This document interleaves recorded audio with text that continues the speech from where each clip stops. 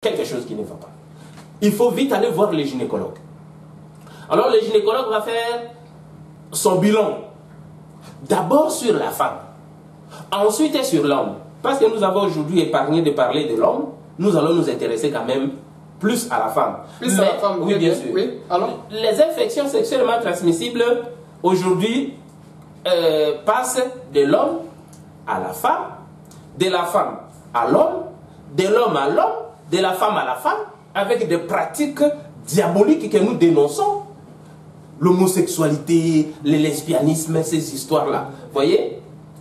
Mais avant, c'était de l'homme à la femme, de la femme à l'homme. Aujourd'hui, c'est femme, femme, homme, homme. C'est bizarre. Et d'ailleurs, nous n'acceptons cela dans notre... Nous n'acceptons pas cela dans notre société. Ok, nous sommes des Africains. Nous allons revenir sur ça prochainement. Certainement. Alors, la question surtout que je vais vous poser, c'est de savoir, est-ce que la stérilité féminine peut être soignée?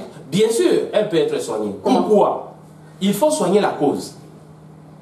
Parce qu'on doit soigner la cause, directement, nous citons les causes de cette stérilité. Nous avons d'abord parlé de l'infection sexuellement transmissible. Mais il y a également des obstacles au niveau de l'utérus, comme les myomes par exemple, les fibromes utérins, ou les myomes utérins. Il y a également au niveau des ovaires, ce que nous appelons les kystes ovariens. Il y a au niveau des trompes, ce que les gens appellent communément les trompes bouchées. Ce sont des obstructions tubaires.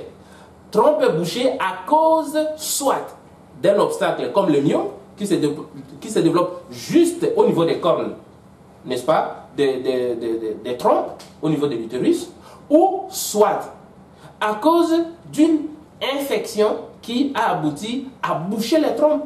Parce que l'infection, c'est une blessure microscopique, mais qui finit souvent par cicatriser. Mais la cicatrisation aboutit le plus souvent à la fermeture des petits tuyaux des trompes. Du coup, il n'y a pas passage entre l'ovaire et l'utérus, canal par lequel les spermatozoïdes sont censés passer par là pour rencontrer l'ovule naissant des ovaires, pour se rencontrer et créer la grossesse, et qui viendra alors se loger au niveau de l'utérus pour grandir jusqu'à l'accouchement. Vous voyez, toutes ces causes également sont associées à des causes organiques. Je disais par exemple, je vais citer les troubles des hormones. Parce que pour que la femme soit réellement une femme, elle doit avoir des hormones féminines, les estrogènes, la progestérone. Ce sont des hormones qui déterminent la féminité.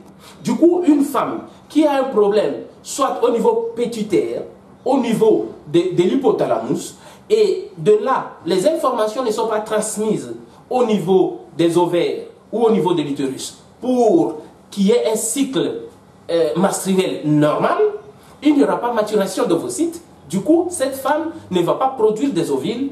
Par conséquent, la femme va être stérile du fait des troubles des hormones. Et là, il faut, soit s'il s'agit de troubles hormonaux, oui, renforcer avec les hormones synthétiques qui sont sur le marché, dans nos pharmacies. S'il s'agit d'un problème de myomes, il faut passer par une intervention chirurgicale pour enlever les myomes et la femme aura la capacité de se reproduire. S'il s'agit des kystes ovariens, il faut passer par une intervention chirurgicale pour enlever les kystes ovariens pour que la femme redevienne fertile.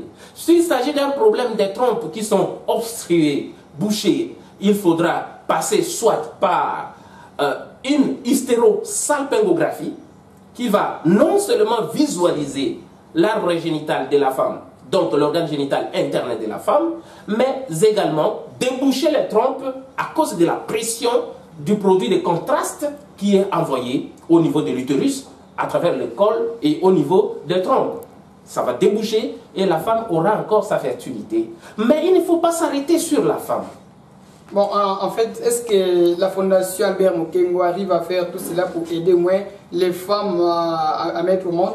Bien sûr. Non seulement les femmes congolaises, mais les femmes européennes, américaines, ainsi que les femmes du monde entier, parce que nous sommes suivis à travers le monde entier. Est-ce que la Fondation Albert Mukengo vraiment parvient à faire ça? Bien sûr que oui. Bien sûr que oui.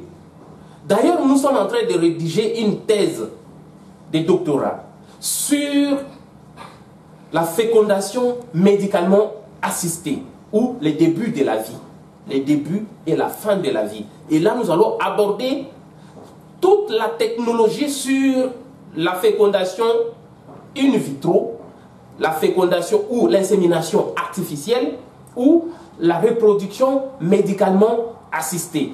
Dans cela, nous avons toute une panoplie. Et d'ailleurs, nous demandons à notre Assemblée nationale de statuer sur cette nouvelle technologie de la reproduction. Nous sommes grandement en retard. Ce n'est pas légiféré dans notre pays comment on peut procéder à une fécondation artificielle ou à une grossesse médicalement assistée. Vous voyez, nous sommes grandement en retard par rapport aux Occidentaux, les Indiens, les Chinois, les Européens, les Américains et les autres. Vous voyez, nous devons faire des efforts par rapport à ça. Nos intellectuels, nos gynécologues doivent aller plus loin pour apprendre toutes ces nouvelles technologies de la fécondation médicalement assistée pour soulager tant soit peu. Vous savez, ici en Afrique, les mariages sont cassés à cause de l'infertilité de la femme surtout. Tout à fait. Oui, bien sûr, mais les hommes aussi sont concernés. Un homme qui a un problème d'azospermie, par exemple, un homme que les gonades ne se sont pas développées normalement, l'homme a un problème de la production des spermatozoïdes. Vous voyez, cet homme ne va pas féconder. On va accuser la femme. On dira que non, mais la femme ici n'accouche pas, la femme ici n'accouche pas. Et pourtant, c'est plutôt l'homme qui a un problème sérieux. Voilà, exactement. Un homme peut avoir des problèmes sérieux, mais nous allons arriver prochainement. Peut-être que dans l'émission suivante, on parlera surtout de la stérilité masculine. Alors pour aujourd'hui, Dr Albert Mokengo, quel est le message que vous pouvez lancer surtout à toutes les femmes du monde entier qui vous suivent à cet instant? Comme je disais l'autre fois dans l'autre émission, que faisons confiance à nos intellectuels congolais, nous ne manquons pas de compétences dans ce pays. Et l'autre fois, j'avais cité le professeur Mouyembe, qui mérite vraiment le prix Nobel de la médecine en cette année 2020, parce qu'il nous a amené à créer, à avoir plutôt un médicament qui soigne le virus d'Ebola à travers le monde. Aujourd'hui, la référence, c'est la RDC qui a trouvé le médicament. Voilà, c'est par le professeur Dr Mouyembe que je ne cesse de citer. C'est notre référence. Mais je voudrais aussi dire que la Fondation Albert Mokengo est disponible. Nous sommes là pour vous donner des conseils. Nous sommes là pour vous aider.